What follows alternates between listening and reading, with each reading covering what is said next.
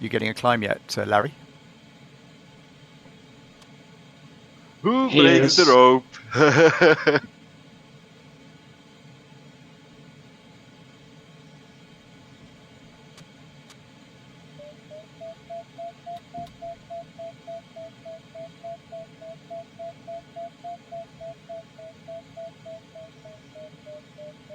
Oh, this thermal is pretty good.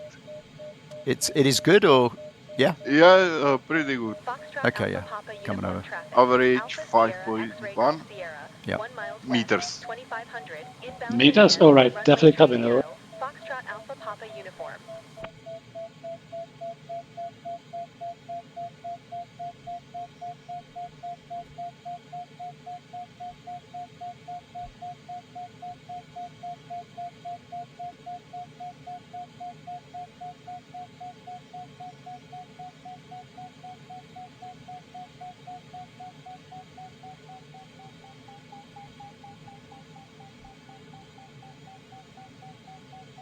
Ooh, juicy. I have such a yellow circle somehow. What does this mean in the Vario? In the Vario, the Vario, which is a modification, is unique to this plane, but it's a modification of the one that was in there. It calculates your average when you're thermaling, and it's calculating, are you turning? And so the yellow circle is actually a symbol saying the instrument believes you are turning in a thermal, and at that point it calculates your average, which mine is saying 8.7 at the moment in knots. So thank you, Larry. What is time in the sim right now? Thank you. 13:10. Thank you. Oh, why is mine gone to 12:10? Lucky we caught it. You can change it now anyway, can't? Yeah, of course you can, yeah. Yeah, it's a good thing we found it. Wow, this thermal's great. This is going to be a classic. The one great thermal we got was before the start. So make the most of it. This is the last time we're going to get a thermal this good.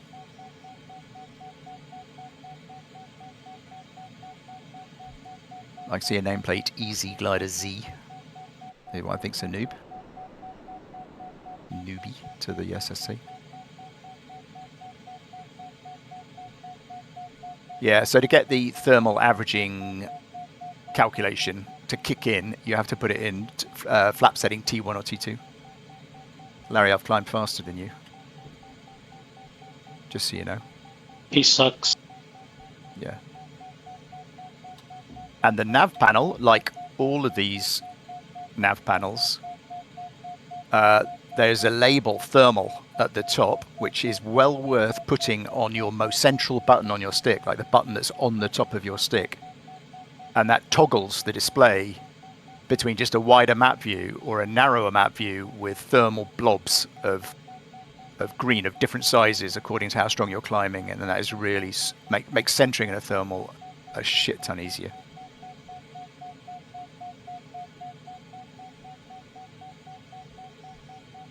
Yeah, I've actually had time this afternoon to set up my keybinds for it. Yeah, I don't have that many, but my button on top of the stick definitely is thermaling. I got something different because to the right and left adds more lines to the bottom and doesn't change. Does they what? Change pages like in AS33. Yeah. Hey guys, Happy New Year. Hey, Thank you. Benjo. Happy New Year. Thank you. Hello.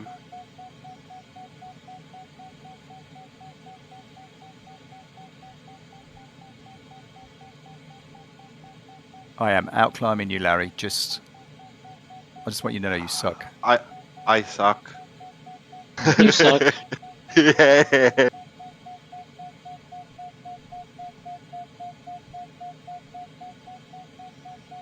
So am I, mind you, today. I feel like I'm losing this thermal though.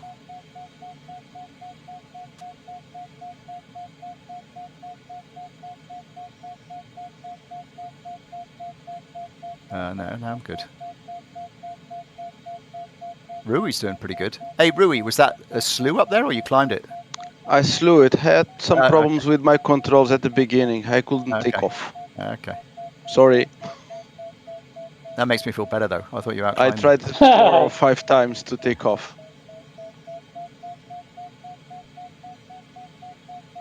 Sorry, I came a bit late. Where did you guys mention the thermal circles, seeing them? Well, the climb average is on the Vario. So assuming you're in the DG, when you put the flap into the top left-hand number, digital display in the center of the Vario is your flap setting. And if you click backwards through the flap to more positive flap, it'll go on a T1, T2. Then, if you then turn, that yellow turn indicator will appear in the Vario and it will start calculating a average for the climb. Okay, thank you.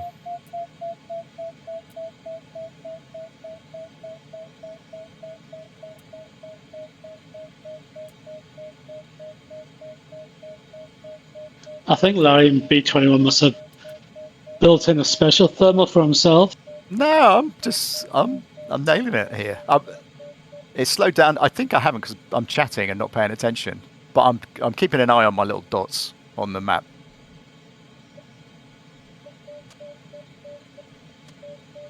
What's your time there, B21? Time is 13:14.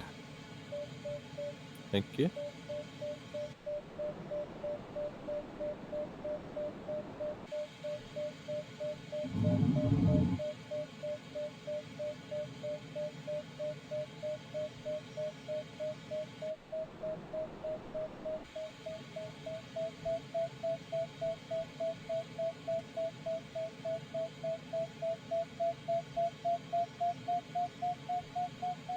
What was that program that I could see other players on the map?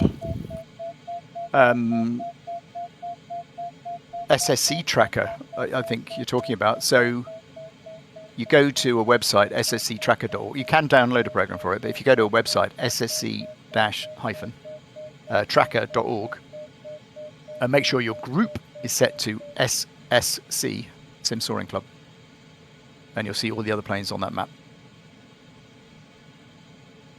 That's the quickest way you can get started now. So 5 minutes to the start.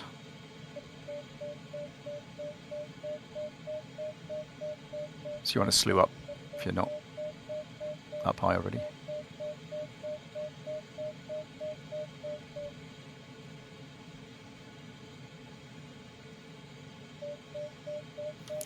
So I should... Okay, but where did I put the group for myself? Are you on the ssc-tracker.org website? Yeah, and I'm not seeing myself, I think. You're not seeing your own plane, you mean? Or you... Did you start the app? You have to have the SSC Tracker app to transmit your position. Ah! So we all have it. So you can look at the map and you'll see everybody else's, but you're being a cheat because you're not contributing your own position. And then I can't remember where the SSC Tracker client is downloaded from.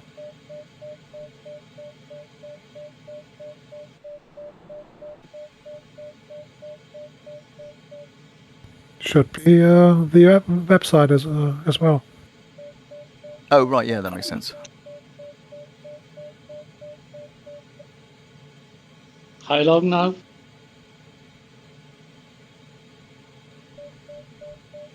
Yeah, so don't worry too much for this flight if you don't have the tracker. Just, have the website running so you can see everybody else, and then before for next time, get the tracker client stuff. Yeah, I have it installed. I clicked on it and I don't think it's gonna start. How long to go, Ian? 2 minutes and 40 seconds.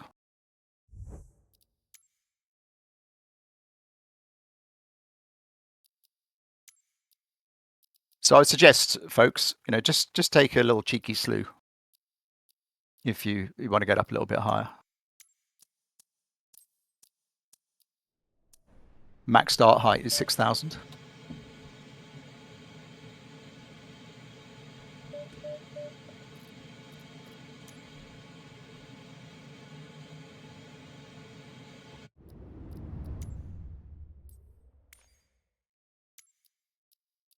The thing is that slowing in VR is kind of annoying because you have to get rid of or it gets rid of all the extra panels you've got open when you go back into VR mode. So that's why it's a bit frustrating.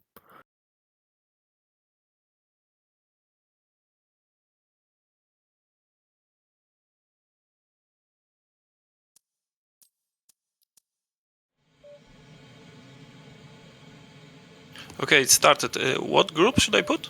SSC, Sierra Charlie, Sim Soaring Club.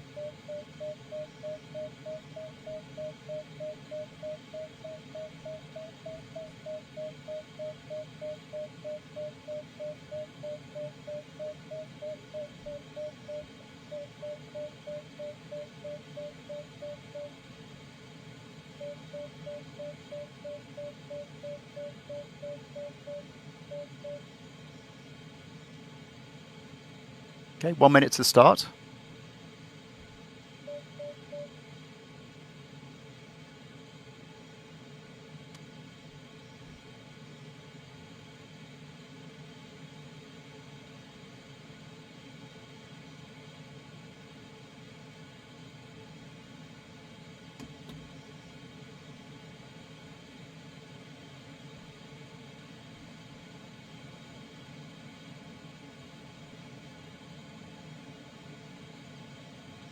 Thirty seconds.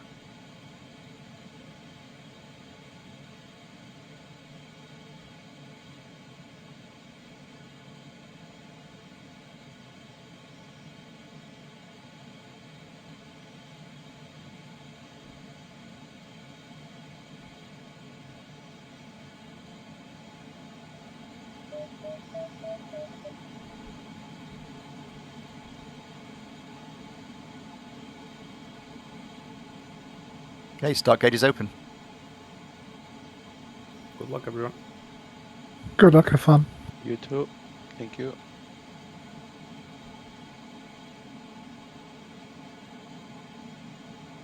Copper Hat's the first three. Yeah, everyone's far back. 1 hour 40 minimum time. And I don't expect this to be a fast task. Nearly said race then.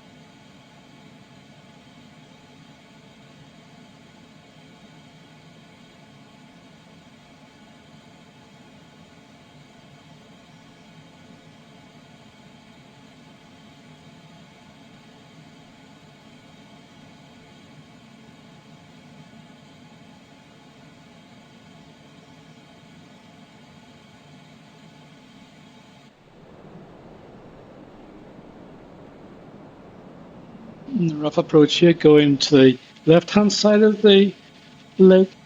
Ooh. Oh, I can't tell you. I just did the loop of shame. I hit V and E yeah. going through. I'm right. I slewed. I turned around. Cheeky slew. And I'm back. Special approach.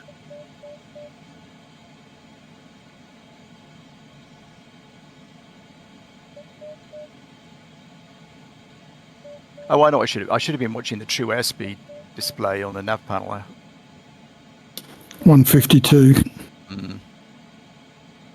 That's a newbie error. Yeah, well, I'm used to the ASI that I use, adjusting the red line. Yeah, true.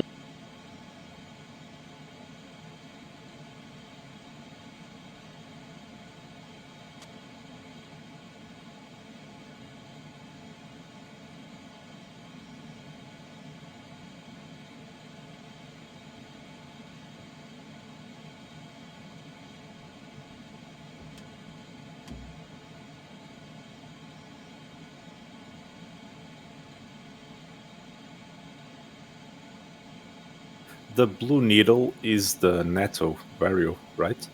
Yes, it is. Okay, thank you.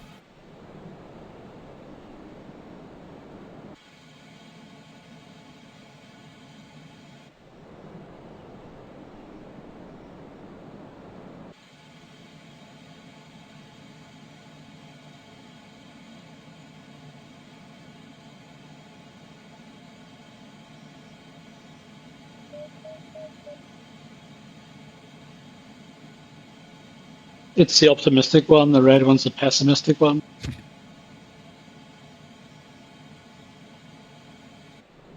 I like the NATO. Yeah.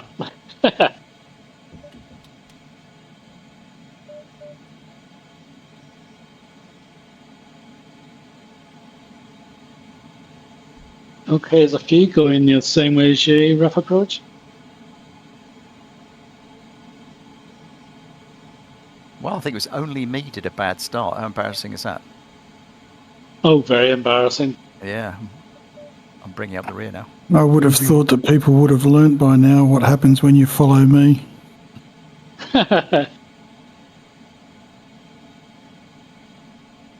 It's either greatness or disaster.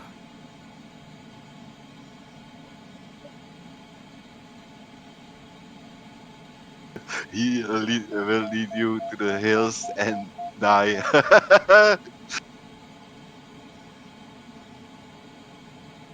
You didn't have to take such joy when you said that, Larry. Sorry.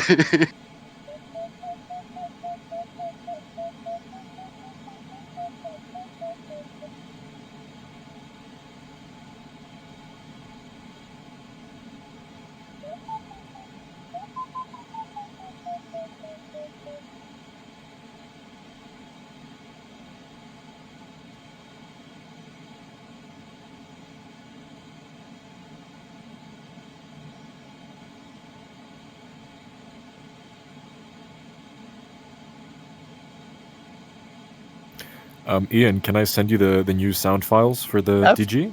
Absolutely, yeah. Okay, thanks. Yeah, because I was quite busy during Christmas, so I completely forgot about it. Yeah, no worries. I took Christmas off as well. I took Christmas off, yeah. Anyway, I wasn't going to do anything with it.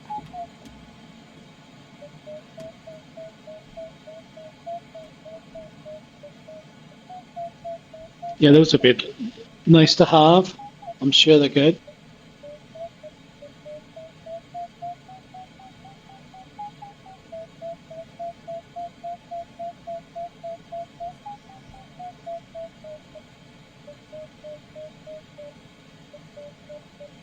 It's mostly a tailwind on this ridge, taking the rough approach route for the first half of it. I'm hoping it all pays off when we get this rocky bit here.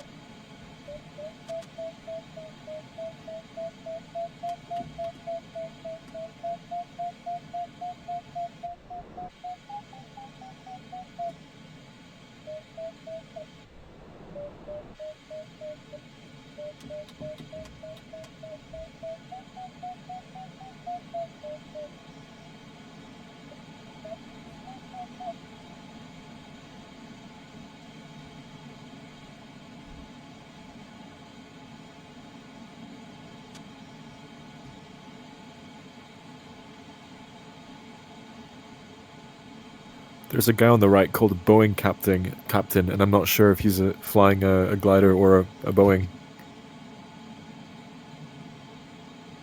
Don't recognize the name.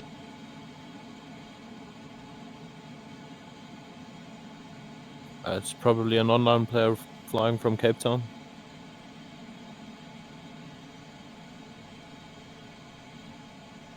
Oh yeah, I see that he's quite far away now.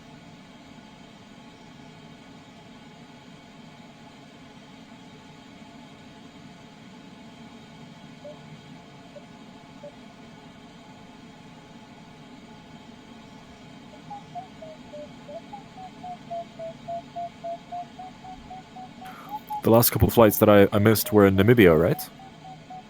The last one certainly was. Yeah.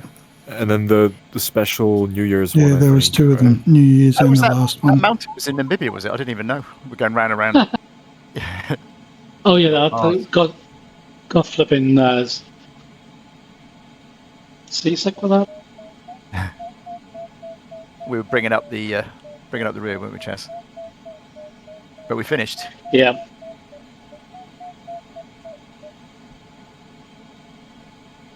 Damn you, Larry, where'd you come from? I was just thinking the same thing. Oh, I've got a massive sink here. You just crossed over the ridge, have you? Yeah, A firm.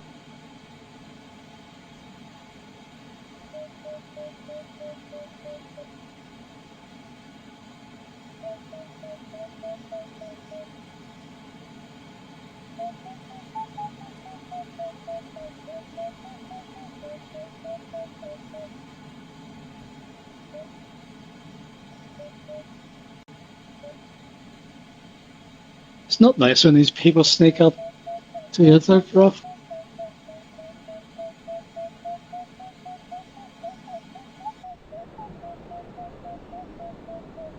He dies in the back of your head.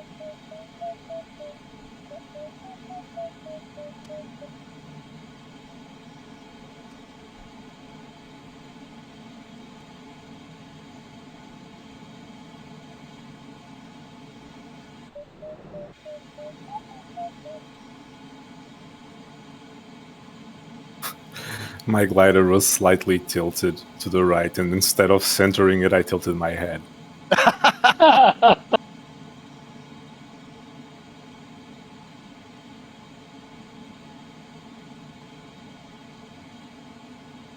What waypoint is the AAT at? The last one, before the finish. So Okay, it makes it,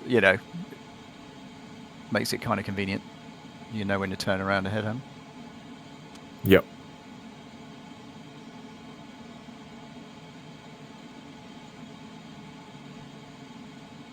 Larry is again in front of Larry is again in front of me, what makes me frustrated.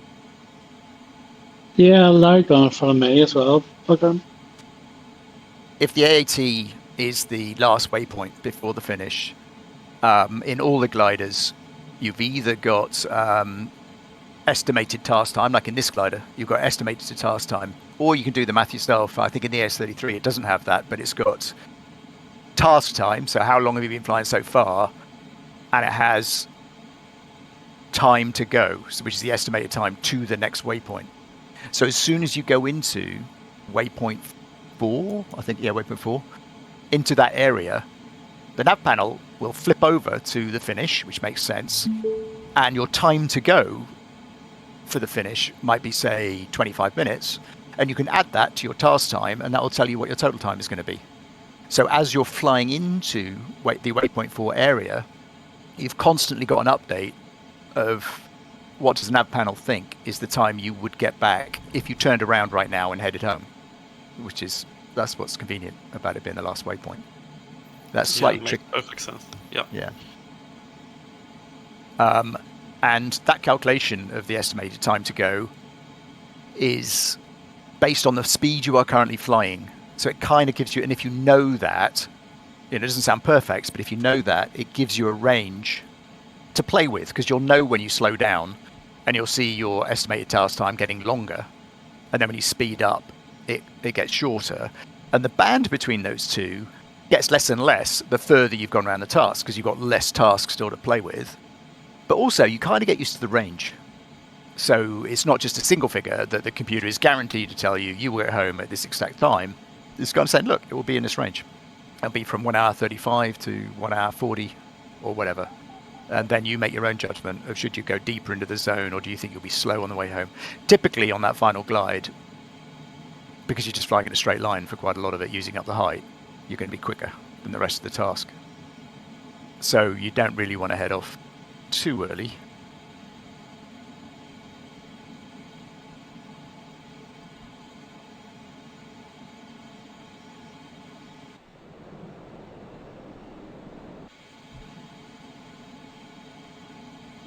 Yeah, it's my first time flying ATT. Okay, yeah. There has been a first time for everybody. And it takes a bit of getting used to. I'm mostly afraid that I just will not have enough altitude to finish. Oh yeah, but that's not based on that's not based on the AAT. That's just, true every time. But with the AAT, it's getting the hang of you fly into the area, you turn around, you fly out of it, and the computer will calculate what was the maximum distance you achieved. And so, well, what I meant is that up to this point, I only flew with you guys things that were mostly in mountains. Yeah. So I could always make a hairpin and work up.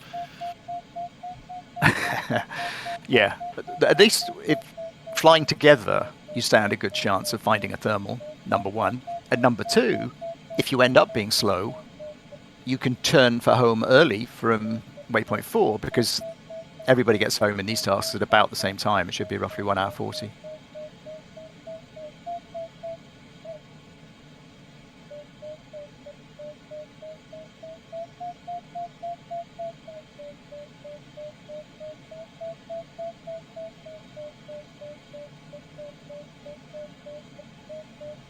I didn't use the most likely time to die, but this is it. As you come off the end of these hills, you could fly a plank and you'd successfully get to the end of the hills. But after you get to the end of it, you have to start finding a climb. Sorry, Chaz. I was going to say that Georg found out in Atmos why there's no shadows for the clouds. Yeah. I can't remember which setting it is, but it works. Oh, you can fix it? Yep. Oh, cool. So either I make it or I die. Yeah, okay. Die young. I have 200 feet. This is a lot. Ha.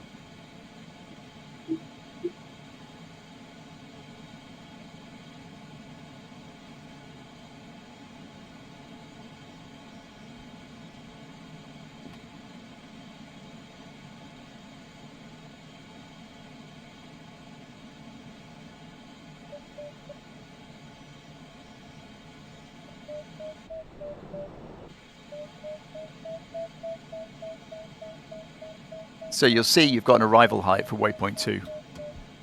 And it's probably minus 2,500 or something.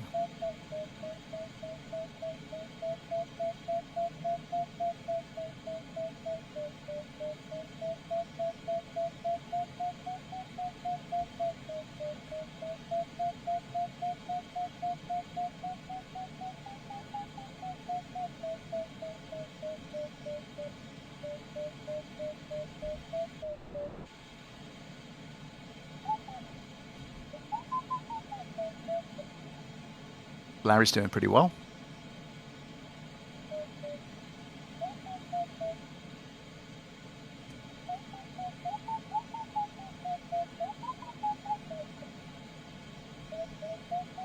I think I will have to circle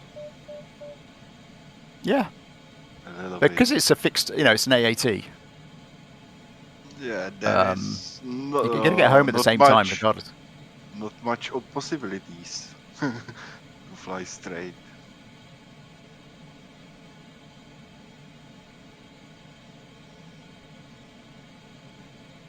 Okay, say a lot of you guys are stuck by the ridges.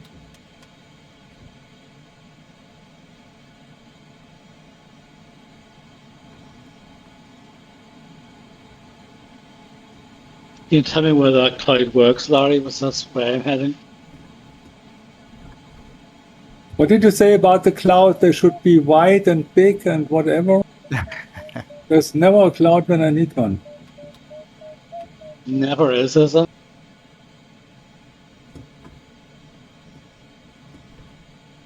I see one on the horizon. Maybe I make it. I can see Marcelo getting low in the hills, north of waypoint 2. Waypoint 1.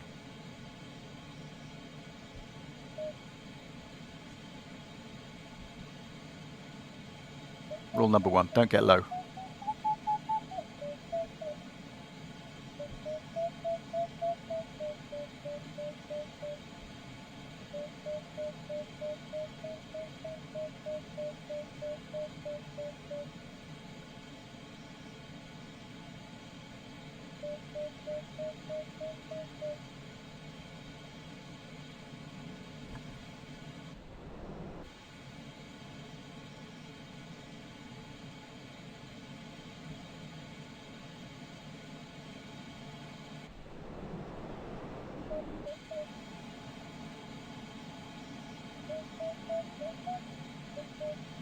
Nobody doing V&E then? Not exactly, no. Not even Larry. I can see a big cloud in the middle there somewhere. I'm hoping it's not too far away. And I'm hoping Larry's you are turning in it when I get there. Larry's got it now.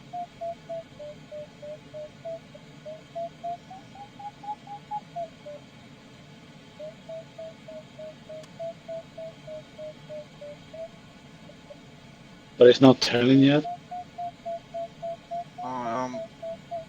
I'm not in.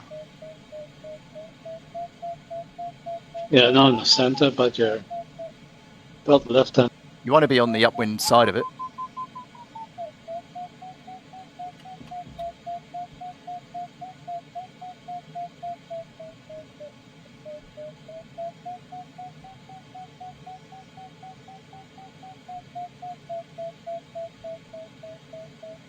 So where you are now, Larry, Yeah. you can see the hills going diagonally from you towards waypoint 2.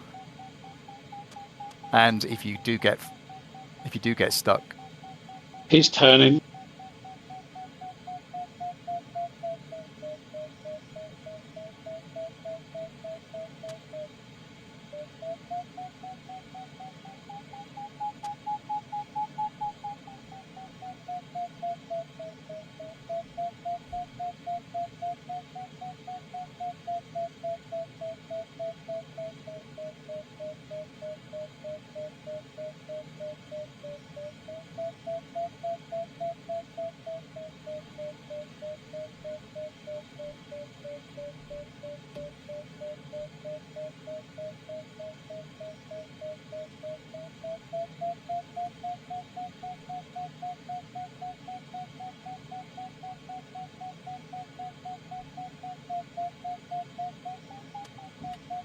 Larry, what are you getting at there?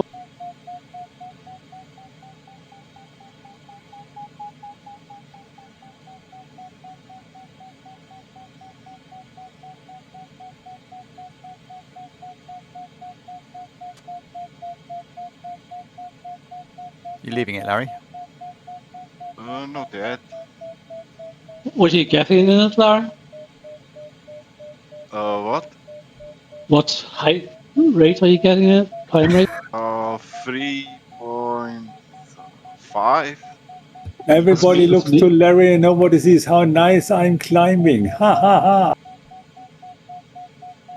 Get away from me, Rick. Vario beeping behind your mic.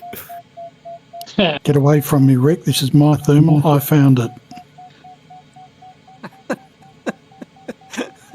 He's very possessive. Yeah, you guys. Any with Rick.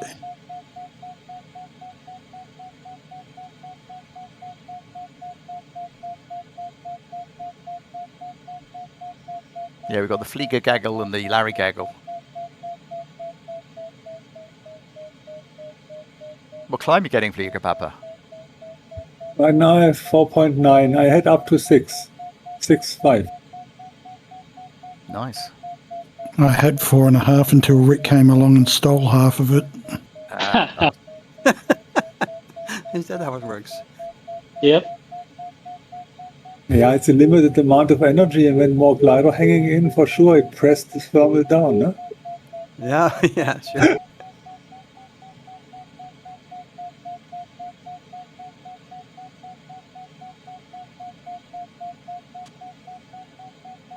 Ooh, I'm looking at this little ridge.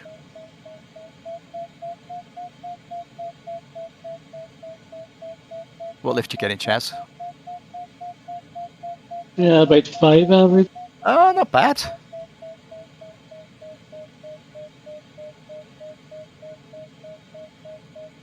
Even better now, just about higher than Larry. Yeah.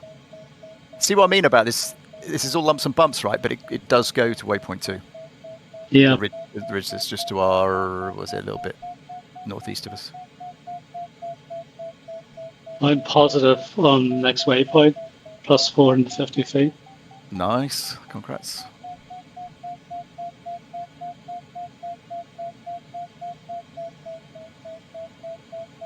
I haven't even caught you up yet.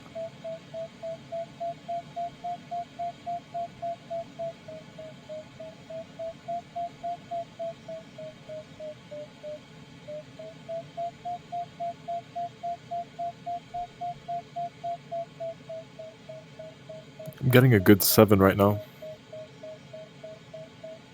Nice.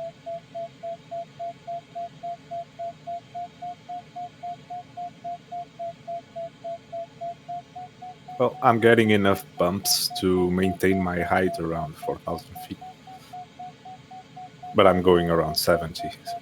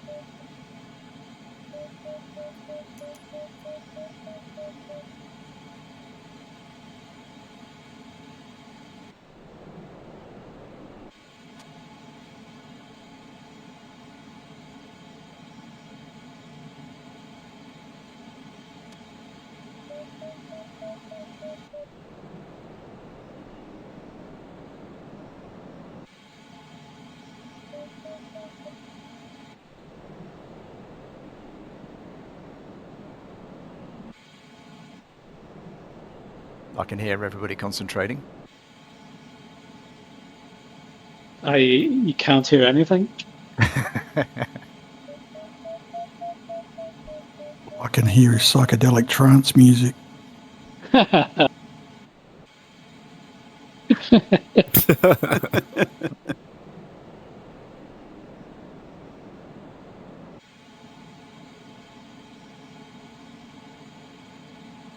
Hope you're not flying on the influence.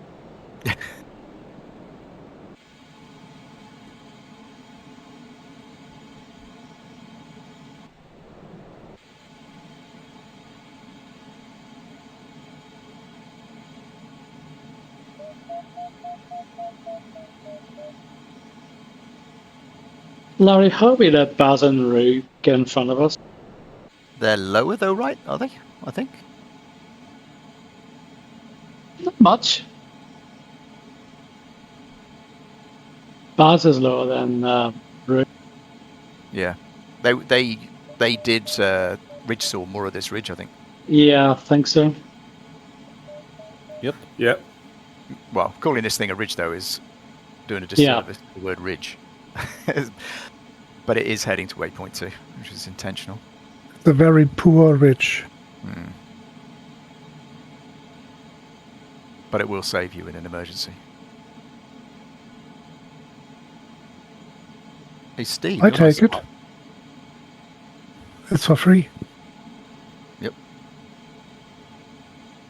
You take anything, it's for free. Not everything. That's true.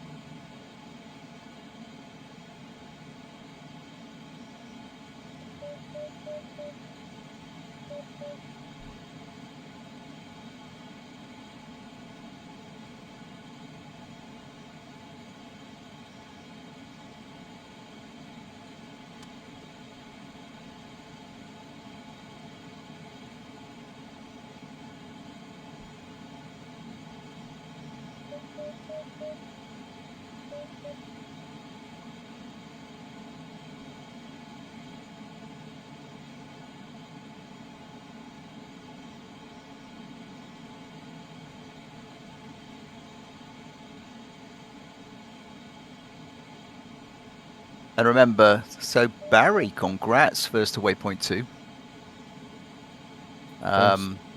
Yeah, halfway along this leg to waypoint 3, or a little bit more than half. You see the ridge bending to the left slightly. That is enough to take it straight into wind at that point. Lovely. So you might as well cut the corner, you know, cut the diagonal, because you don't gain anything by following the ridge and then doing a more sharp left.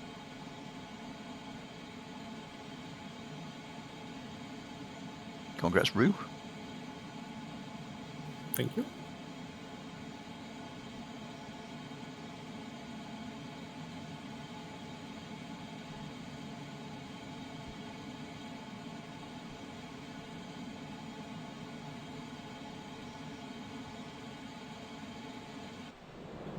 I'm wondering what's going to happen now when we reach the mountain.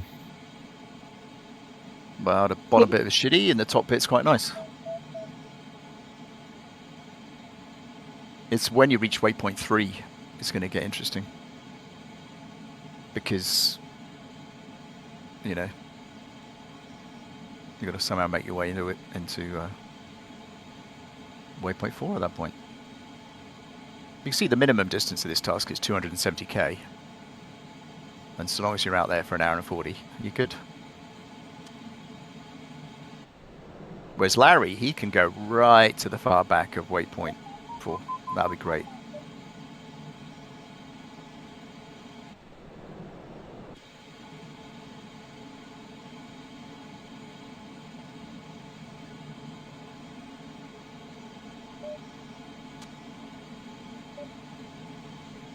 The little yellow arrow on the speedometer is optimal glide, right? Or best glide? Speedometer? Oh, you mean the ASI? Yeah, sorry. Okay, you guess first, Ian.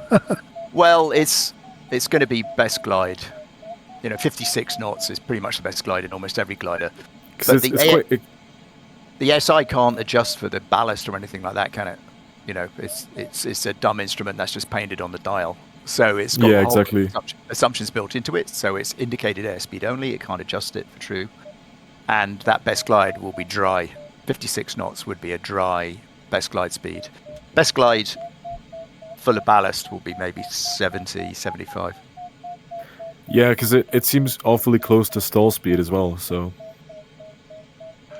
My guess is it's landing speed. Yeah, okay, yeah, that sounds reasonable. And my guess is best thermaling speed. Yeah, but it can't be regardless of ballast. And landing is typically best... 56 will be best glide, I reckon. But even though I agree the yellow triangle might be supposed to be for landing speed, but in a glider, it would be, say, 56 knots plus half the wind speed is your landing speed. So 56 knots, if wind speed's 10 knots, you'd come in at 61. So you'd add 5 knots. You add extra speed. If it's windy, you add extra speed to your approach. It's safer. Good to know, thanks. And the blue line? Minimum sink speed, I think. I wouldn't trust any. It's maximum tow speed. Yeah, the blue line on the AT is tow speed. Yeah, for a glider, it's not as scientific as you think it is if you're going to paint it on an ASI, because it depends so much on weight. AT is just the manufacturer's favorite number. I thought the lower blue line was your minimum approach speed. Yeah, I wouldn't come in at 49. There's a blue line at 49 knots, isn't there? I think blue line more on the right. There is another one.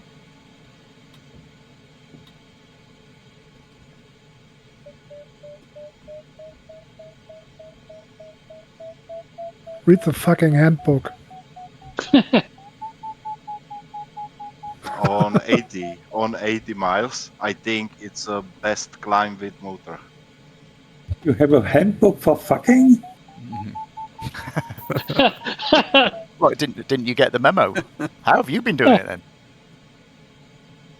I thought the sign was RTFM. Read the fucking manual. No, read the manual. Yeah, RTFM, read the manual. If all those guys, enjoy the flight. What are you talking about all the time? This wonderful South Africa. Looks a little bit deserted in low settings. Congrats to everybody making the waypoint 2, pretty much. Oscar's on his way in. My bladder says 1 hour and 2 minutes.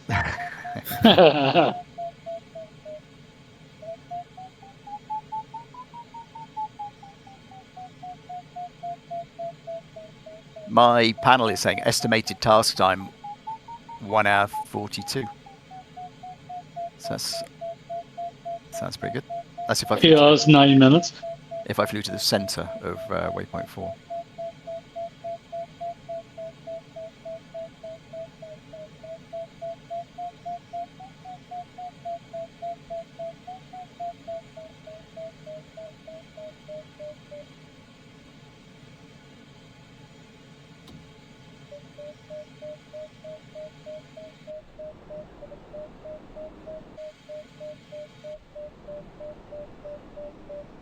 So as you look ahead along this ridge, you can see the bit where it turns left.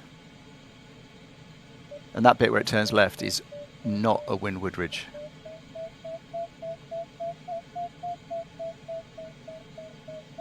So this is the happy bit. This is the happy bit? Yeah, it's the happy bit of the whole flight. The shitty ridge, man. Well, yeah, just slow down on this bit, milk it a bit, get high enough, and actually the higher you get on this ridge, the better it is. Well, Barry is mysteriously pointing. Is he low? No, I'm just trying to get some extra high. Oh, okay. You're mysteriously pointing north. Oh, is that a ridge? That's a working ridge there, is it? You're so far ahead, Barry. I just, can't even see you.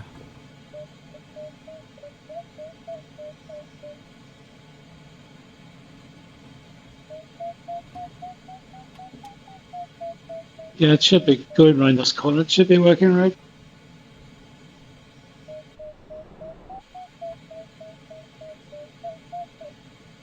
I hope.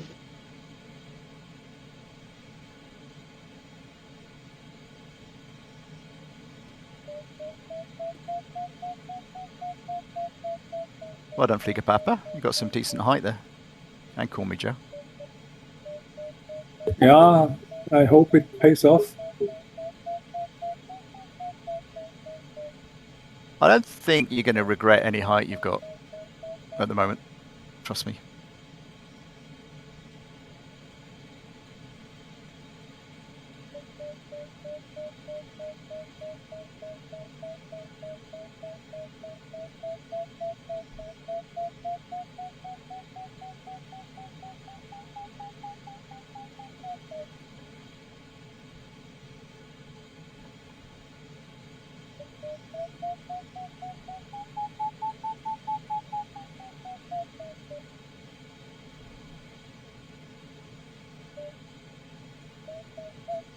You'll feel this ridge start and turn into wind as a taster of what you're going to get further on.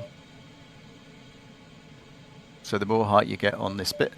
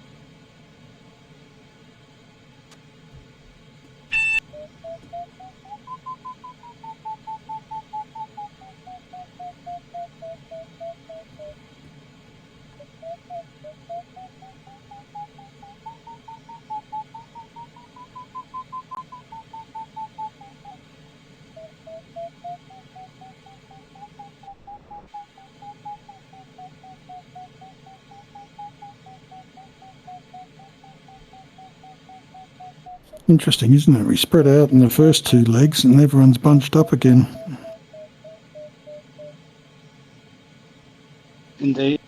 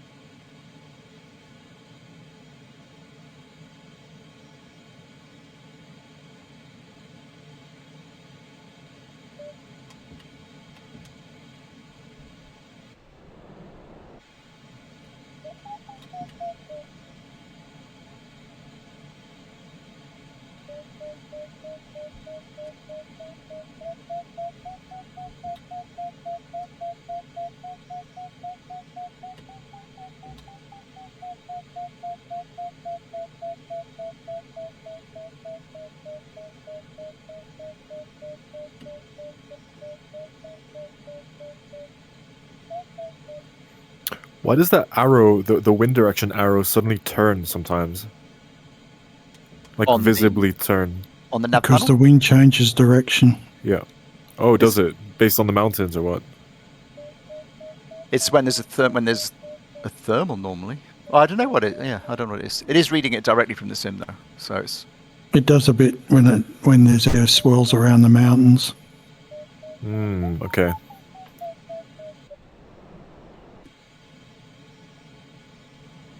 I know it does do it, but I don't think this is what's happening here. Is when there's a strong thermal, that will pull the wind in a particular direction. Because it suddenly switched from the left side to the right side of the wing, and I was like, okay, that's a little strange. Normally, I've never seen it move that far. In real life, you have local winds and you have these changes, and so, you know, we have much too stable, basically, the wind. In real life, I'm sure, but that's why I was like, what the hell's happening in the sim? Yeah, no, that is the big question, is what's happening in the sim. It's not something realistic, probably. It's some quirk of the software. But I haven't seen it move that far. That flight, I forgot where it was that we did. I think it was in France. It was like the nice one, the sunset one. I took a video where I crashed because the wind literally went like 180 degrees. So I'll send it on the group chat. Oh, that'd be good. Yeah, I've never seen it. Oh yeah, that happened to me as well. I commented on that on the flight. Behind that little ridge, right? Like the weird hole. Yes, it felt like the old wave task. I haven't done that one. The really high up one. The wind turns 180. Yeah, that's the only way they can get wave simulated. Yeah, that happened on the task, and I thought I was getting a wave, but it quickly went away.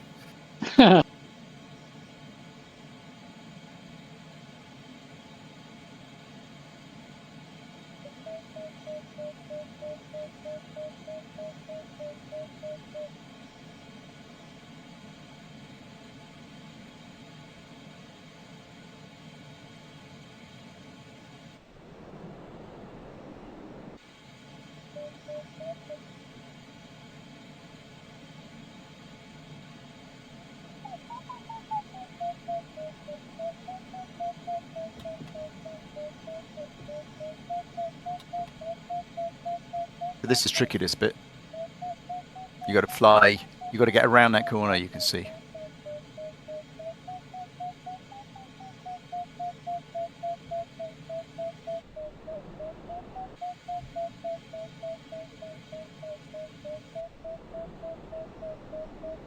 I thought seriously about taking the gap at the top there, but just not enough height.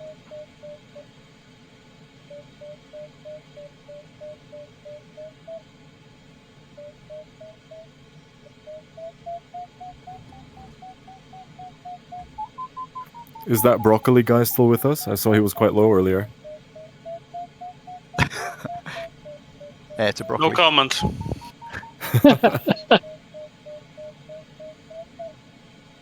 He's still listening. Easy glider is looking low. Ish. He's keeping up, but he's low down the ridge. Yeah, so's Chaz. I wouldn't like to be in his position. Nah, me neither. Yeah, thanks.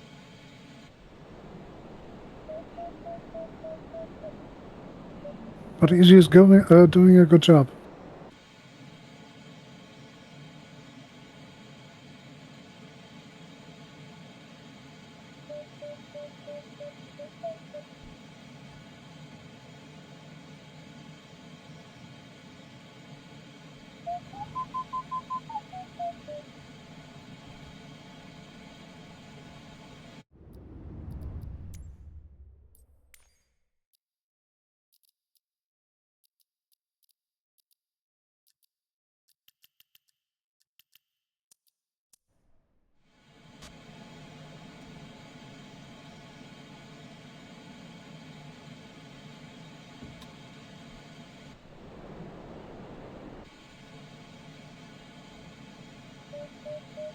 I thought you were going to go straight over the top then, Larry.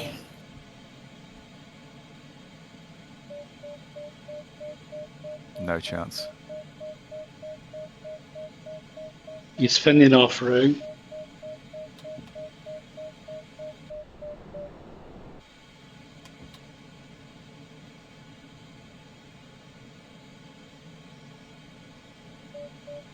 Yeah, I got much too low there. Who's in first place? Is it you, Chaz? No.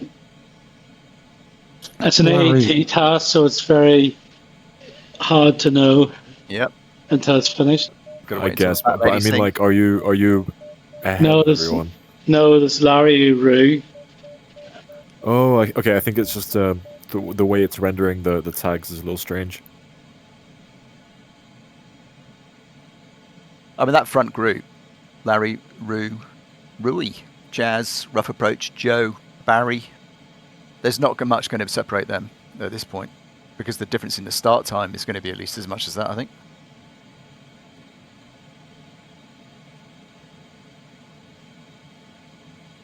Okay, we've got to place some bets whether Easy Glider Z is going to make it, because he's the lowest of us all at the moment, I think. I'm a bit low too. You're doing okay, Chaz, aren't you? I think. It's just you've got to get away from those slopes now, though, Chaz, because you're too. Yeah. You'll be on the downwind side of the slope if you're not careful. I'd do a bit more of a hard left if I were you. Yeah, I'm doing it now. I just had a wee bit of left, and I'm turning now. There is some unexpected ground left where I am. Cool. Oh, really? You're cheating. Just a little. Larry cheat? No way.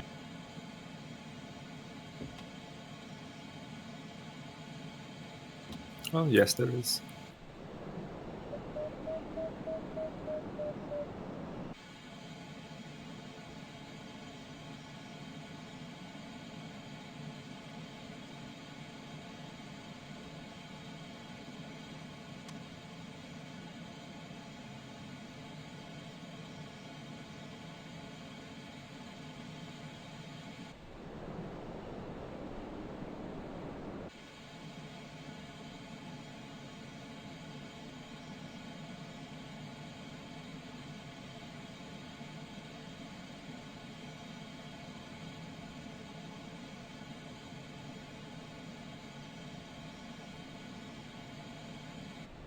Congrats, Larry. Round the corner.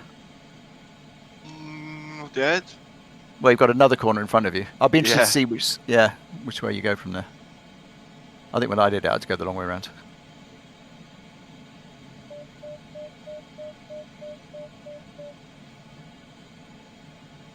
Georg would be flying uphill there, wouldn't he? Yep.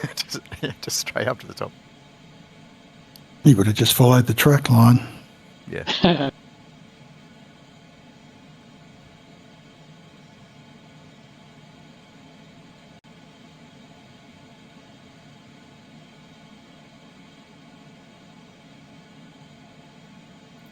Where's that unexpected ground lift you guys were talking about?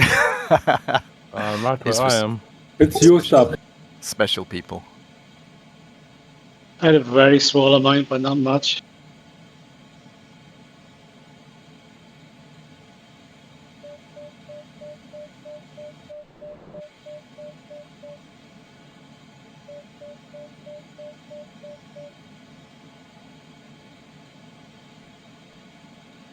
See, I think people have tended to hug the rocks a little bit over enthusiastically on this section, because the backside of that ridge I don't think is any good at all.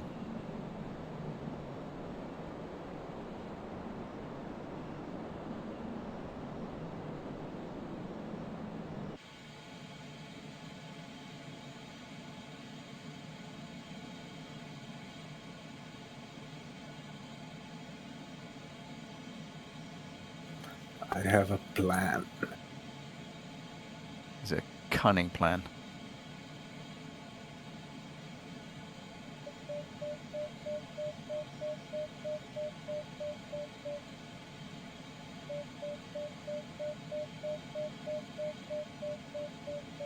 We've got a Rue versus Rui grudge match.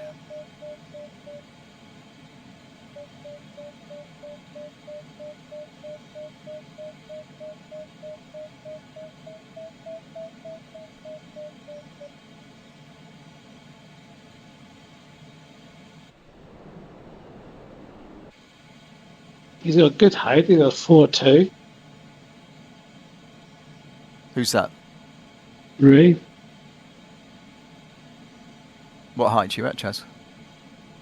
3. Don't turn Diplodocus, go straight over. Really? He's on the backside of those slopes there. Oh, I thought he was going to get straight over the top.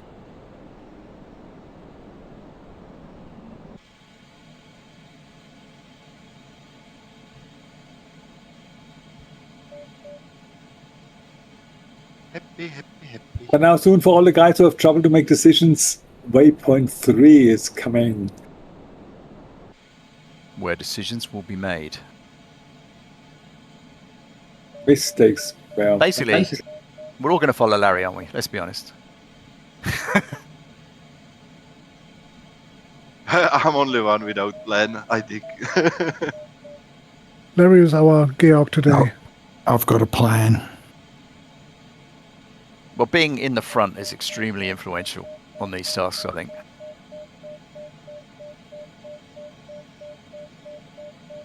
You know, it's kind of like the safe choice.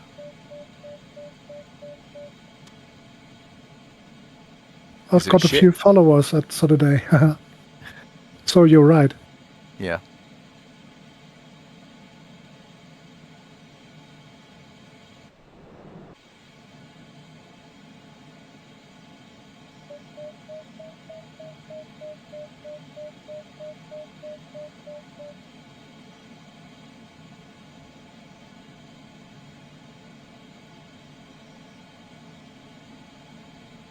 Hi, Joe.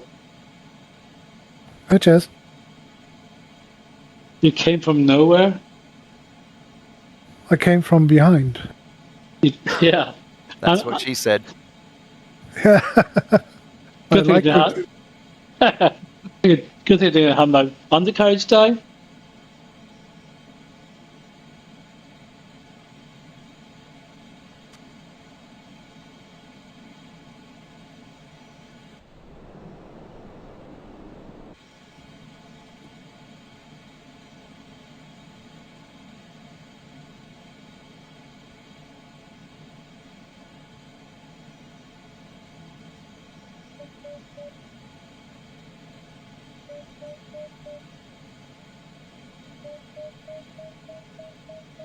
They come closer and closer to waypoint 3. Where are they going? To try to keep into the left. Height is your friend in this game. Then I'm better relaxed.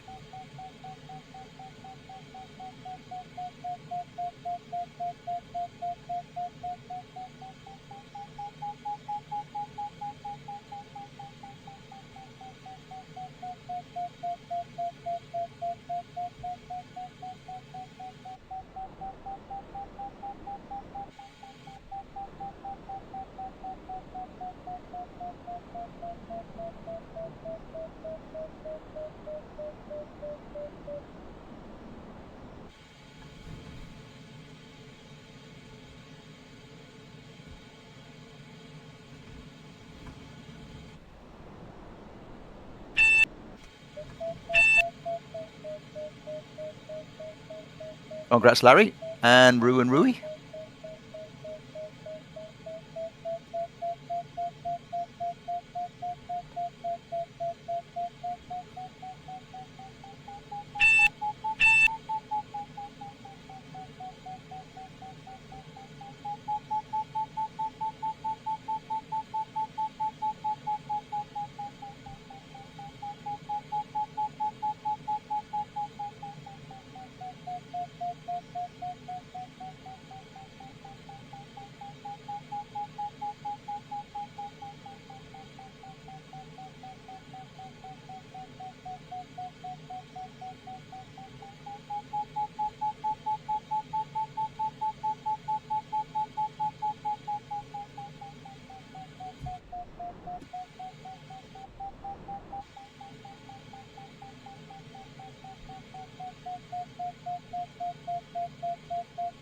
Nice lift here. With every feet more, life looks better.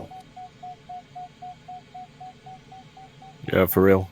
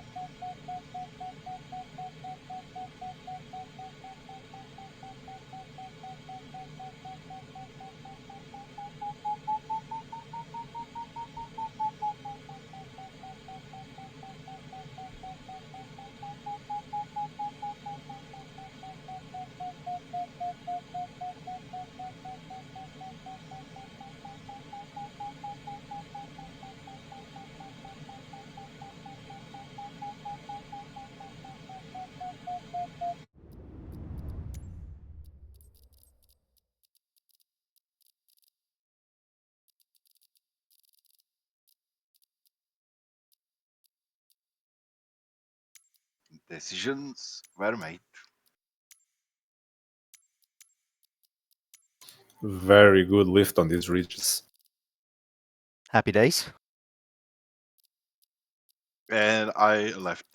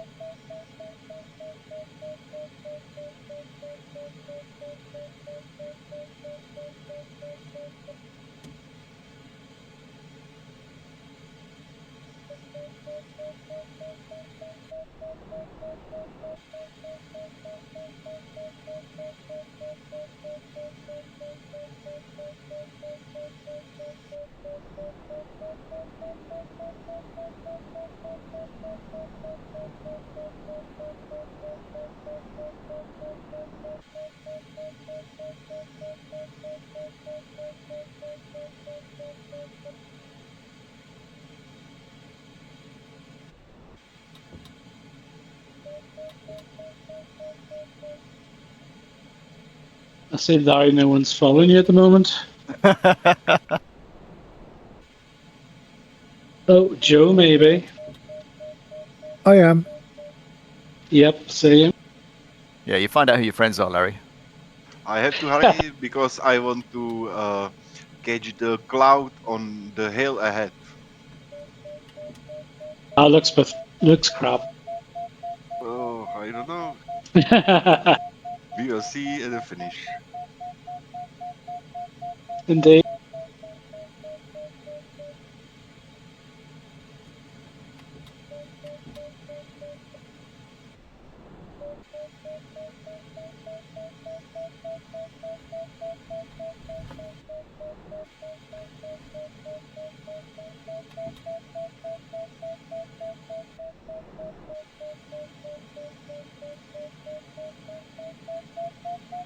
We're flying in tandem, Chaz. Yeah, I see that from the track.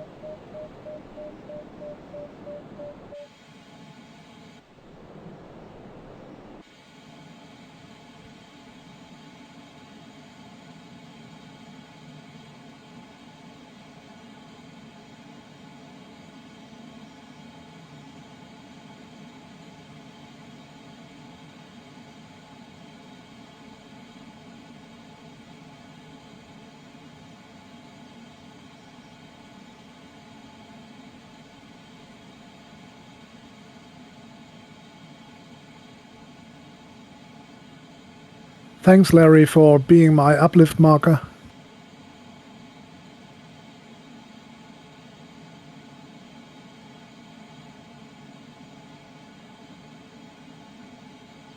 Someone has to be.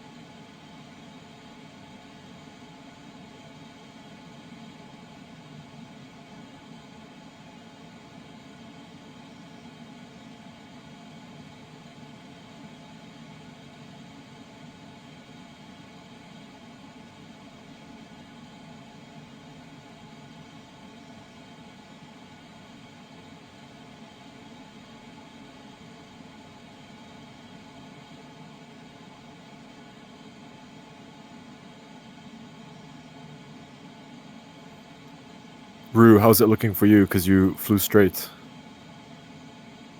Good.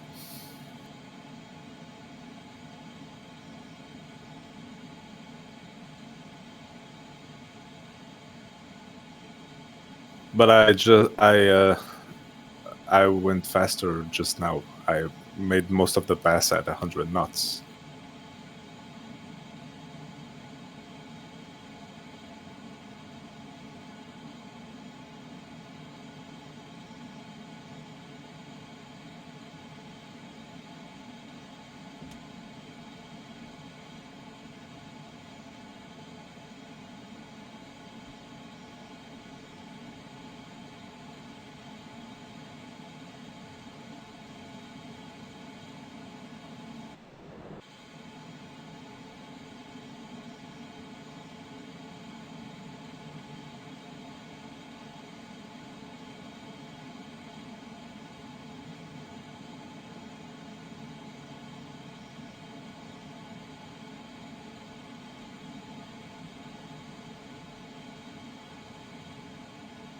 Interesting which way is going to prove the best here.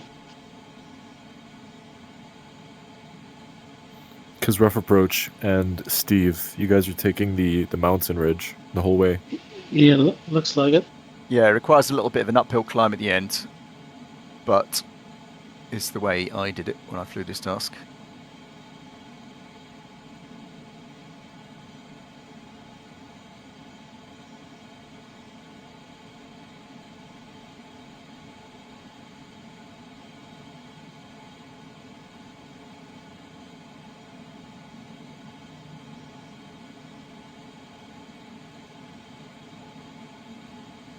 You probably end up with a lot of height. That's the plan. Well, rough approach is at 5.4 at the moment.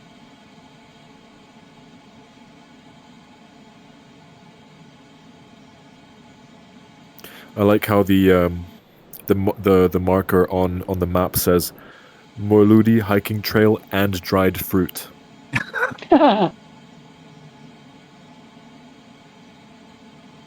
I'd like some dried fruit.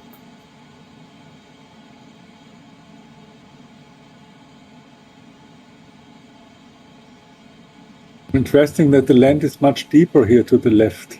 I had not expected this.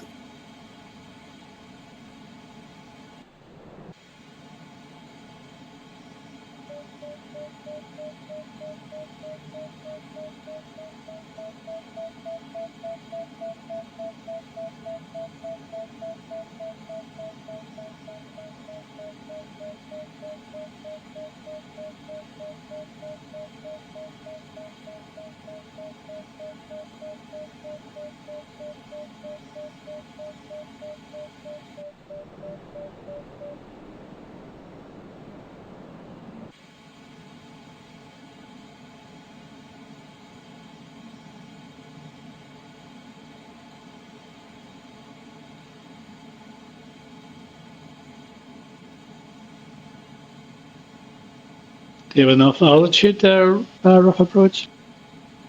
I think he's all right. Can't keep it down. That's what she said. Never gets old. The old ones are the best.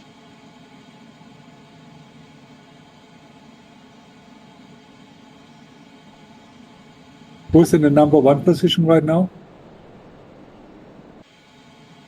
I think Rui. Rui. Yep, Rui. Oh, He's been very modest. I like him, man.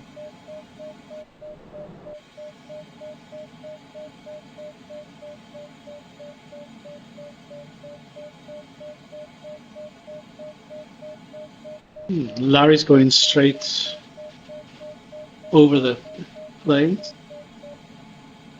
The hill on the left was higher than from inside the valley.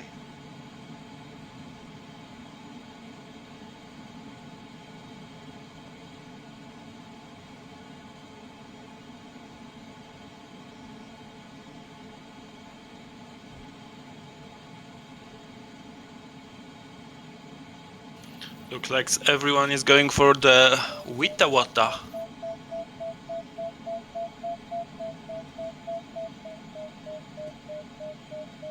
It's Witwater.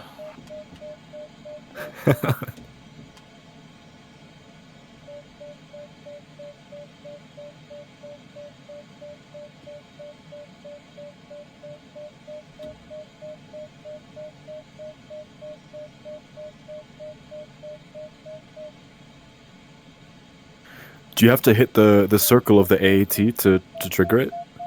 Yeah, but anywhere on the rim. And then you'll trigger it and the nav panel will start pointing you at the finish, right? But then you've got to just check your arrival time.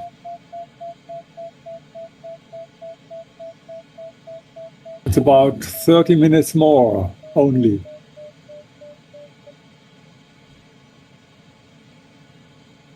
Could that be accurate that there's snow on some of these mountains up here? Nah, we're not that high, are we? 6,000 feet or so? in the summer. Yeah. I mean, if you've got snow in Swaziland, like ski resorts, you never know. I don't see any snow.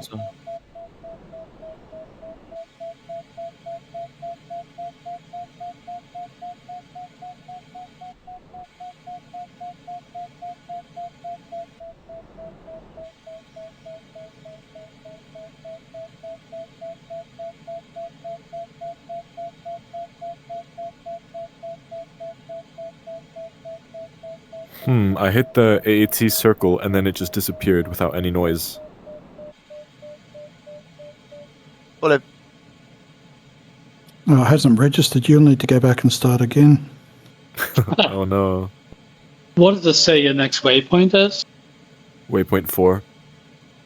Oh, you're okay. Oh. No, so it doesn't know you're inside, but you're not inside the circle, are you? I thought I was. I mean, I was. I see nobody in the circle. Have you got the tracker running?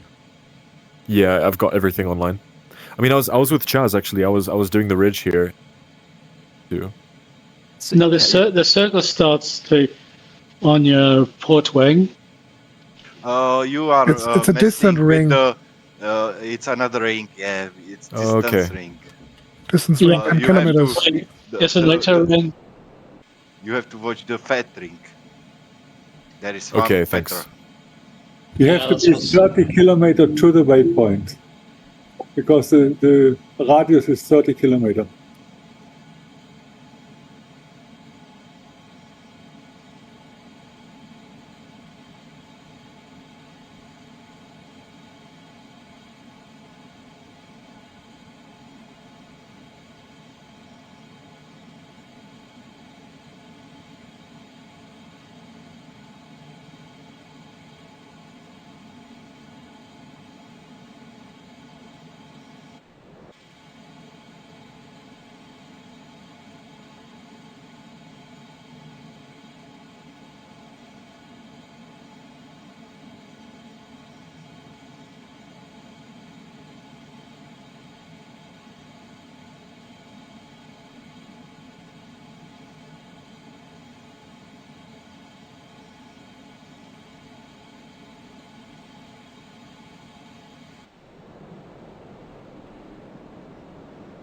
Yeah, Larry's now in. In fact, there's a couple in now in the.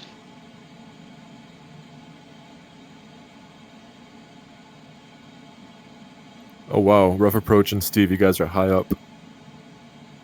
Yep. And fast.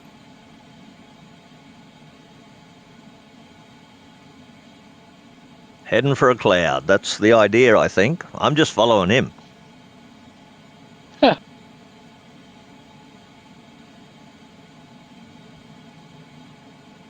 I was down to point 0.3 behind you, and then all of a sudden you just took off and went high and went fast. And I'm still wondering how the hell you lot do it. I'm trying to learn to keep up. Engine. There's a jet engine, yes.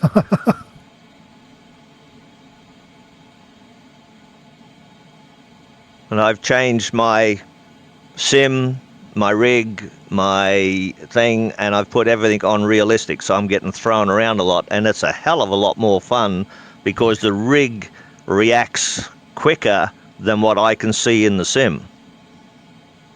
Yeah, cool. So it's a roller coaster ride. That was back through there, but now I'm underneath Ruff's tail. It's quite quiet here.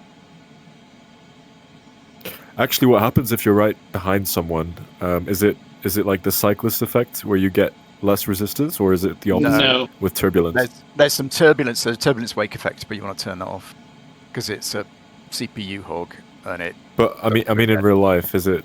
Do you get vortices? You wouldn't notice another glider, but okay. You know, but no, you don't get the slipstream effect. In a glider, you might not notice it, but in fixed wing planes, you just get turbulence. Yeah. Look down and left, mate. I see you.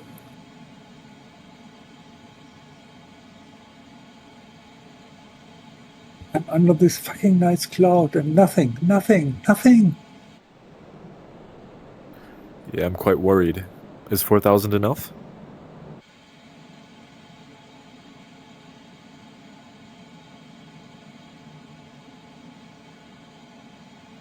Larry's turning. Yeah, I want a little bit more. That's a cloud I'm going for as well.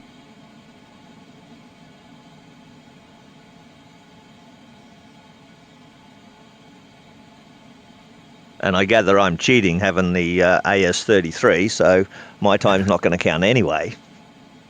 You'll win the AS33 class. Yeah, true. Yeah. First place. If I get there. That's true. I mean, I have been improving. That's the whole idea of this. By keep going and doing and doing, I've just learnt porpoising from listening to you lot from the last two things, and what a difference that makes. Yep. Route's heading home, I think.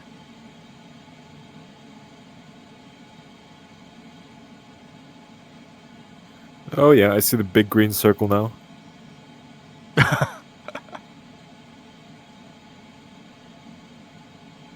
Now it makes sense.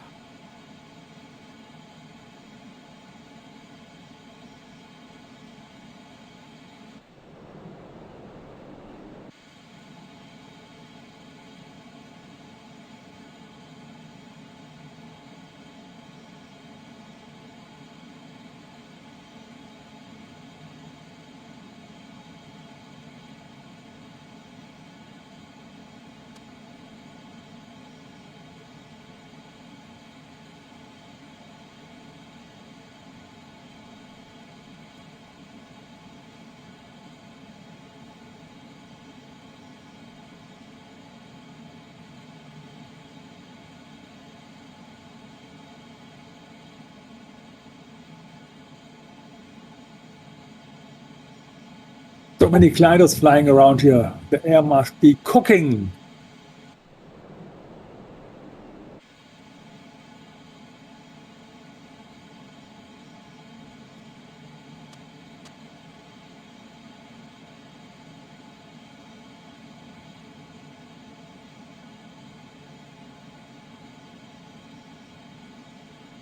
So again, what should the task time be at finish? 140.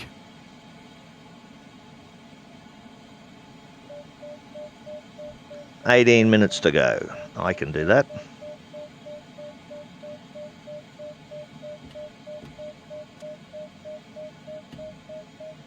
Is the air cooking? What kind of lift are you guys getting? 5 knots. Good. Okay. I thought it's too little, so nobody tells. Yeah, it's only 5 knots, not in the right home.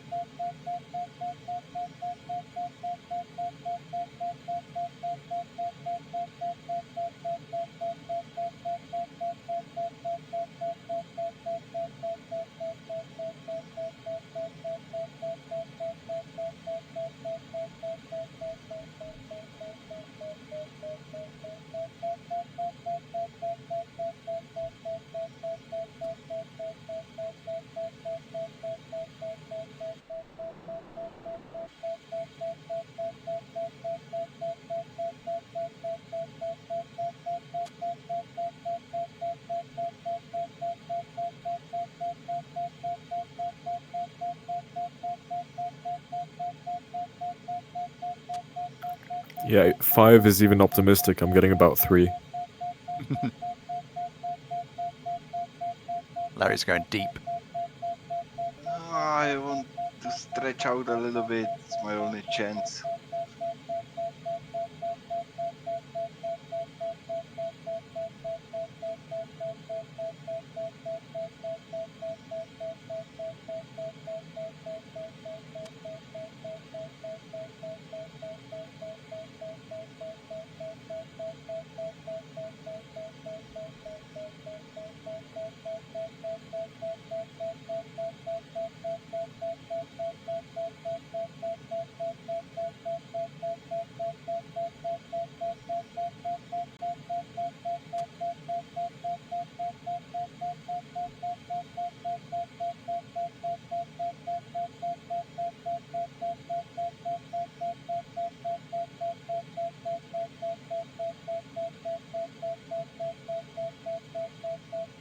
Heading home. Yeah. Estimated task time 1 hour 46. 1 hour 50. Not good. I'm not flying that fast at the moment though. Do you see the estimated task time on the panel, or the? Yeah, on the grid, on the nav panel. Yeah. I can't remember what I left as the defaults for which grid boxes would be up. But you go into the settings and. Okay. Yeah, I've got the current time. Yeah.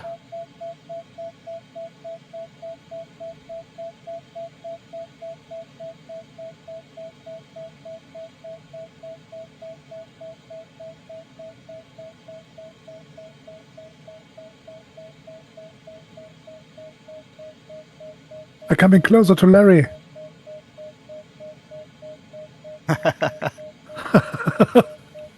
Is that a good thing or a bad thing? He turned around.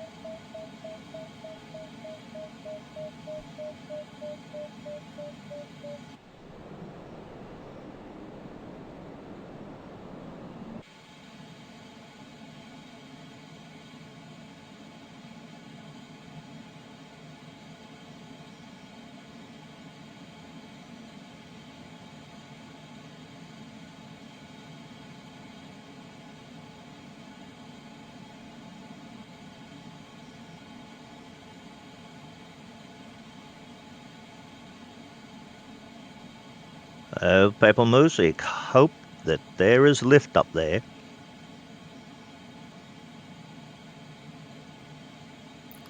Broccoli, did you manage to stay alive this whole time? Nope. Okay. a voice. Well, at least there you're will still be a finishing time it with us. that I finish, but the time is not today. Next time.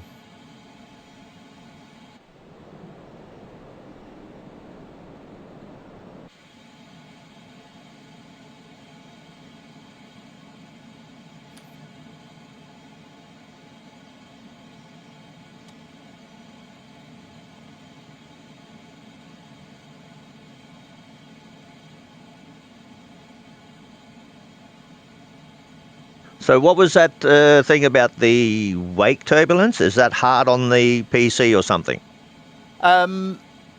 It's just turbulence, and it's like a lot of when you get somebody to do something in the sim, they tend to overdo it. You know, it's a bit like the grass on the airfields. You know, somebody gave somebody that job to do, and they created this freaking lush tropical meadow of wildflowers and grass, which is fucking 4 feet high.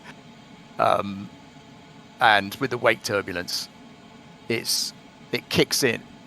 It's very, very short range, right? But the same calculation kicks in when you're close to another, where you're behind another plane, but close. But also if you fly over a shed or a rock, you know, it's scanning the ground, you know, very close to where you are. But it's an extremely short range calculation, because otherwise it would be computationally impossible.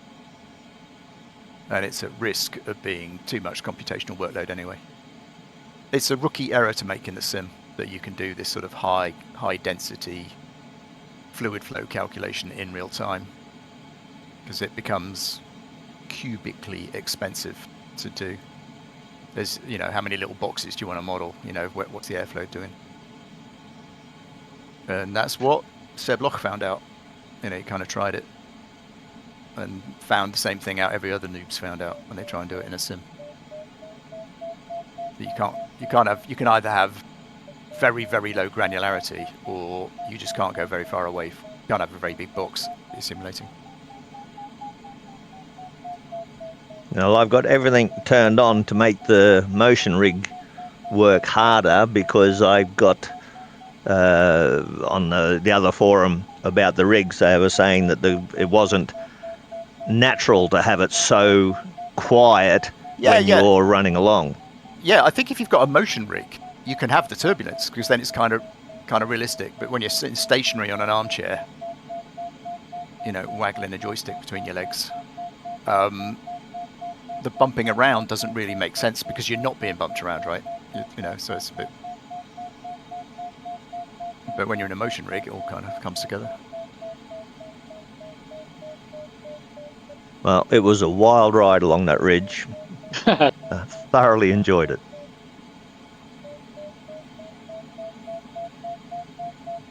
What kind of motion rig do you have? Did you build it yourself, or is it pre-made? Yeah, I've got 2 DOF H3s, one for racing and one for flying. Nice. Are you single? No, I'm on the 3rd wife, mate. Flying real hands and everything killed the first 2. Yeah, I believe.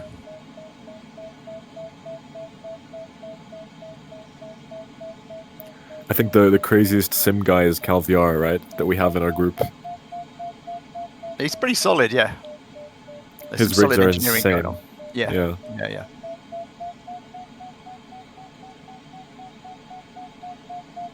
Yeah. All right, we've got 6 lots of lift out here in the middle.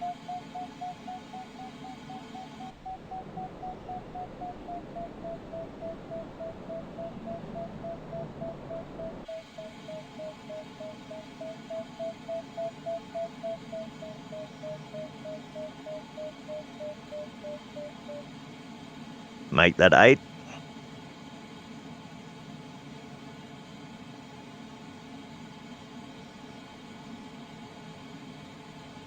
And back to 2. So yeah, it's pretty localized.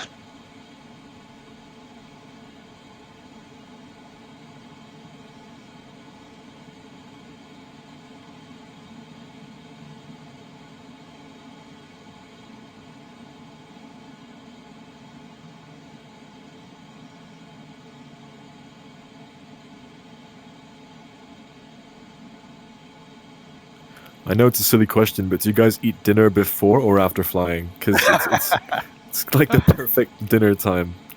It is, yeah. No, Mine's lunch. When I have 10 o'clock in the evening, I eat before. Okay, yeah. I mean, I guess in Europe, people usually eat at like 6 something, 7 maybe. Between 5 and 6. Not here.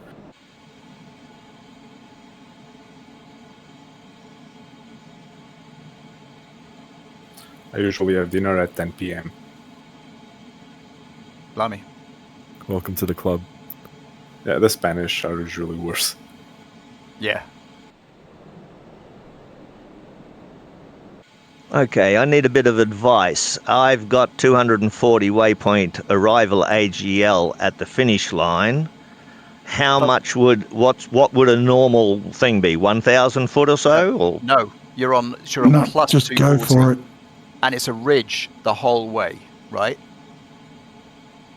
So you've got it made. Even in a flat country competition, you'll kind of set off on final glide when you're maybe, it depends how far away you are, but a couple of 1,000 feet maybe below final glide, because you're kind of assuming you're going to be working all the little lifty bumps as you go, and you're going to try and make that up on the way. So you start, counterintuitively, you start off with it negative. But when you're getting lower, say below 2,000 feet, you definitely don't want to risk landing out. So you tend to become more conservative and try and get it, to minus 200 feet or something like that, and then keep it there. Oh, that's a McCready setting of 3. I'll get back now with 500 if I go and keep 100 knots up. Yeah, you could turn the McCready up a little bit. But even so, yeah, you can push it now.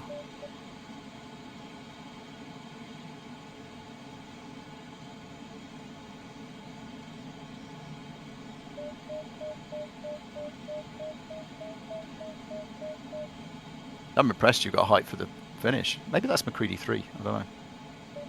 It's doing it. I'm nowhere near it.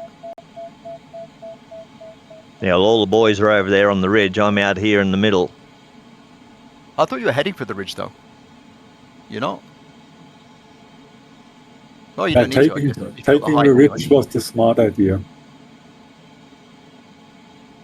I also saw it nearly too late.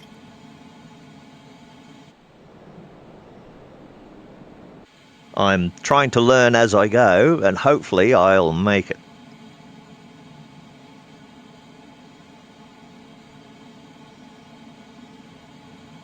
How many times have you flown, Steve? This would be number 7 or so with the club. Cool, nice. Seems like this is a positive thing. It seems like more. Yeah, I normally crash. Yeah, it feels like more than 7 though, but I can believe you. If you fly over to the ridge, you can make it on the ridge all the way home. Yeah, you can. Yeah. Oh, it says if I stick at 100 knots, I've got 1,200 feet AGL, and there's a cloud ahead of me, so I'm just going straight home. Okay, that's enough. Go faster then. Trying. If you got 1,200 feet, turn your McCready up a bit.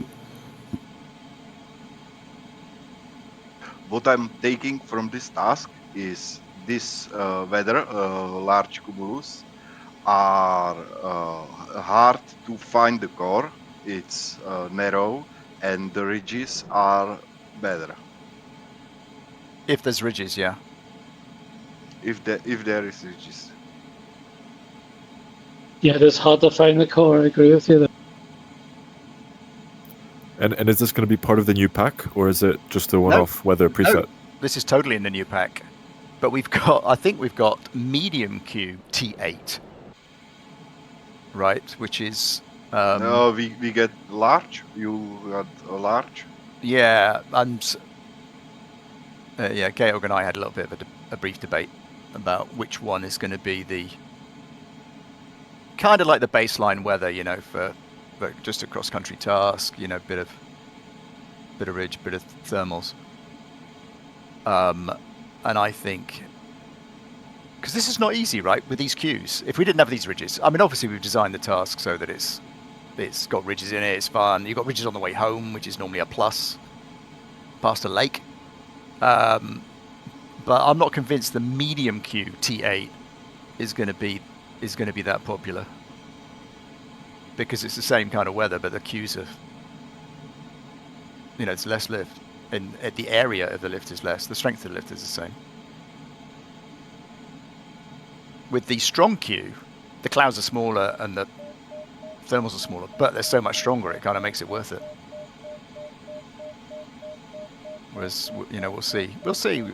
Mainly, we want to be setting the task, mixing the weather up a little bit, because we're testing them all, obviously, and we'll get comfortable with which weather we're kind of happy with. Yeah, that's good to hear. What's the overspeed, by the way? Because 151. True airspeed with 151, yeah. So you definitely want to have on the nav panel. You want to have a true airspeed grid box open. Yeah, because the meter tends to go off a little early. You want that extra knot, do you? Yeah, the instrument it goes off before the red line. Yeah, I know. Well, the red line's meaning. Are you talking about the red line on the tape on the nav panel? Or are you talking about on the ASI? Yeah, on the ASI, on the actual dashboard. The ASI, the airspeed indicator, the red line, is not adjusted for altitude.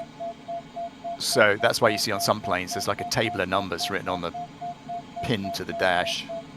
So the red line becomes meaningless once you're above about 4,000 feet, which we're not, I appreciate. But okay. But the VNE itself is best described as a true airspeed. Nothing's exact. But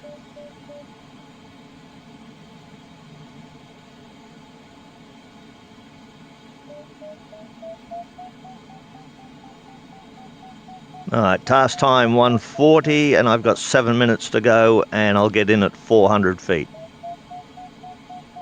that number's going up, isn't it? McCready's now 4.5. Yeah, and previously you said you were 250 feet. So you want to speed up.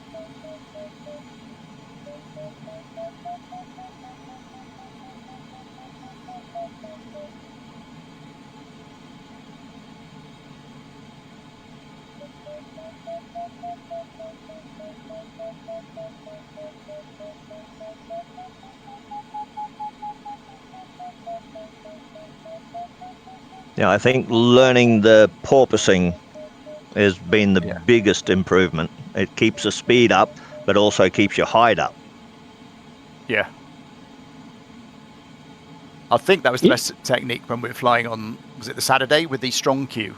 I think dolphin flying in that is actually the best, even though, I don't know, we seemed to do okay. We caught into it and then climbed at 15 knots and shot off. But I reckon actually dolphining through it would have just been slightly quicker. Yeah, that's why I actually thermal too much on Saturday. I should have done more porpoising. What's that, porpoising? It's the first time I'm hearing it. Dolphining. Yeah, Jazz, you're a glider, but don't you call it porpoising. We're going to get fucking stuck with that forever. Yeah, dolphining. It's dolphining. Don't know where I got, don't know where I got that.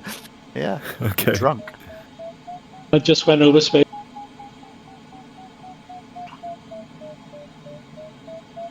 So what is dolphining?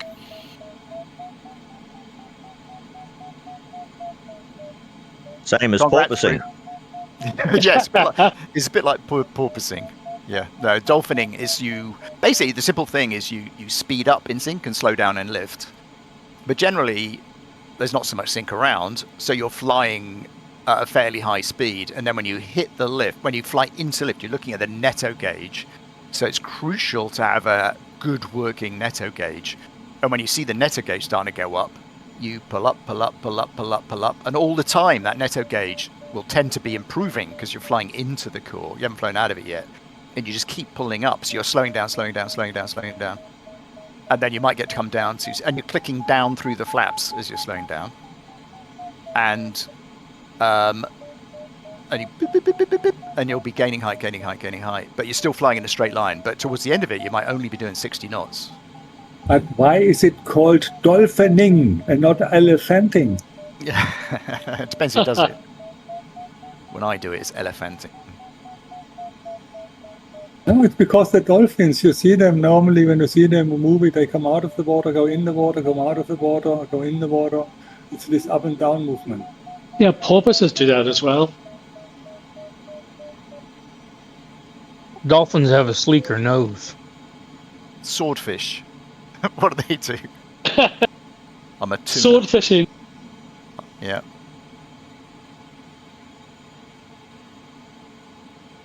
It's So crazy. I was gonna ask, because you said Go ahead.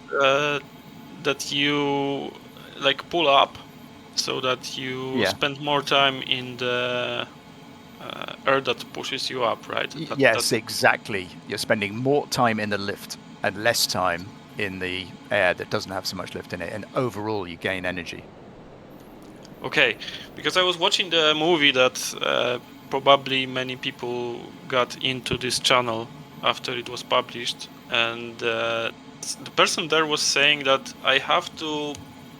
They basically used spoilers to stop in the place that there was lift, and I was thinking, like, why don't you just pull up and use that speed? No, you don't use spoilers. No. Not spoilers, flaps. Flaps, yeah, be flaps. He was probably tell you about. Yeah. Yeah. I'm gonna watch it again because I think that was spoilers. Well, don't use flaps. It'll be flaps, yeah.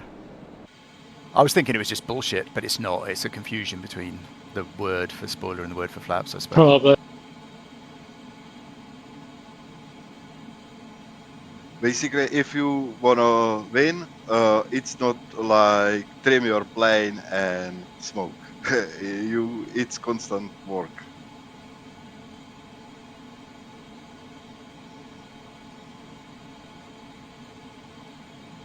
Yeah, very nice task, Ian. Thank you. It has the happy bit at the end, doesn't it? That's a sort of cunning trick. Yes. If we'd flown it the other way around, you'd be going, fucking hell, this trip. Oh, God. Even Larry might have relaxed at the end. Yeah.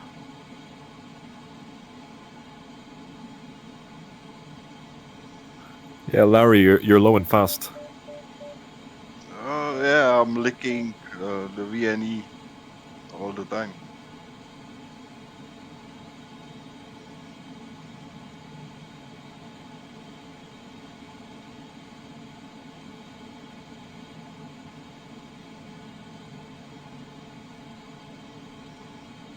Oh, electric wires.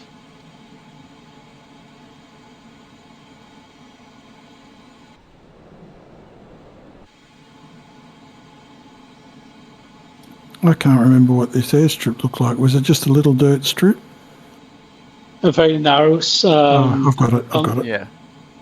Mine had sort of weeds growing in the middle of it. Yeah, same. Yeah, same. Which is probably true.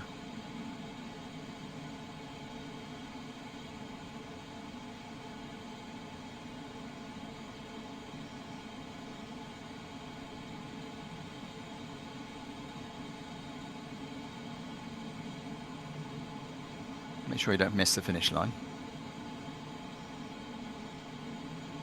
Ooh, the spoilers don't really slow it that much.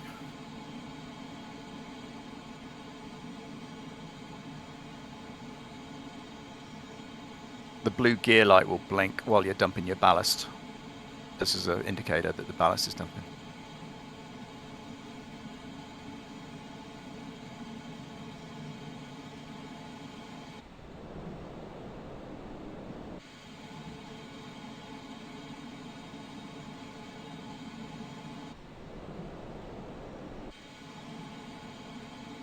Don't hit the bush.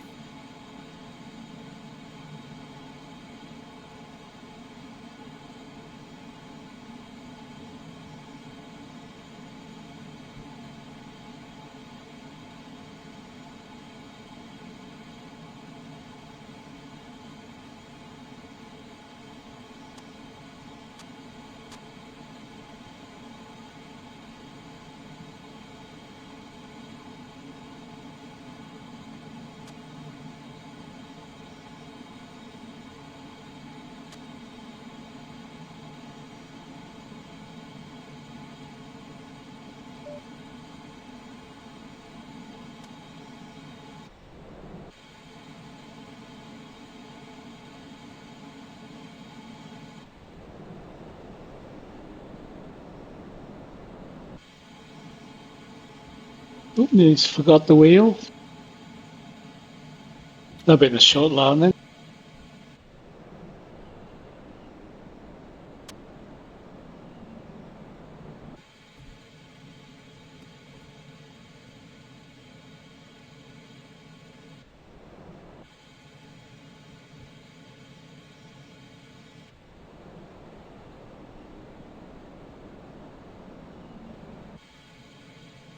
And I even remembered to empty the ballast tanks this time. Empty them, that's pretty good.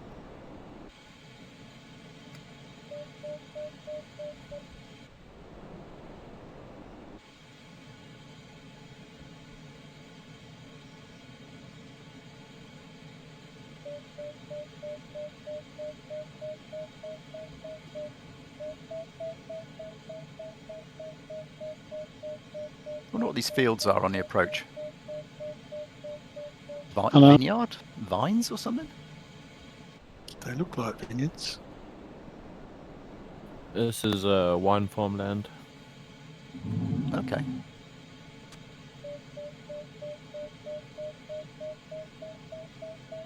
Wine and hops. A lot of hops. Yeah. All the essentials.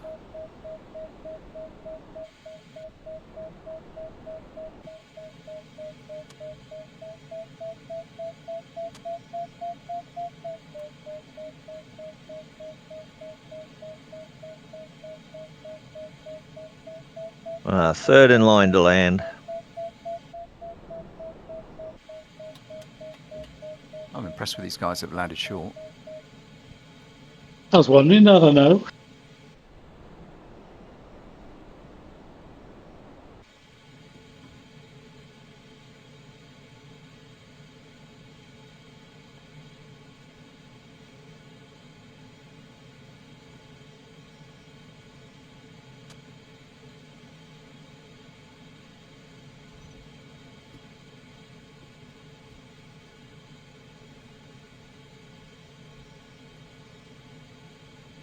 I was flying with no ballast the whole time.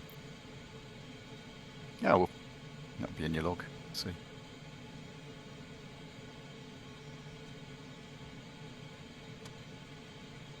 Ooh, no V&E. A bit at the end, a couple seconds. One, yeah, 2.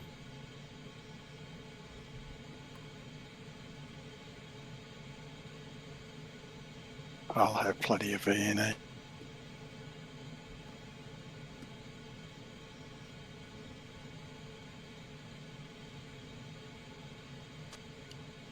Oh no, no V&E. Wow.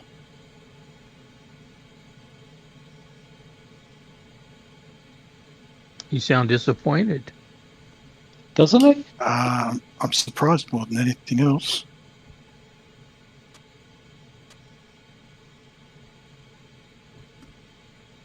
We landed out. I don't believe it. Oh, what? Before the... Let's see what he's talking about. Can't have landed out on the way home, surely.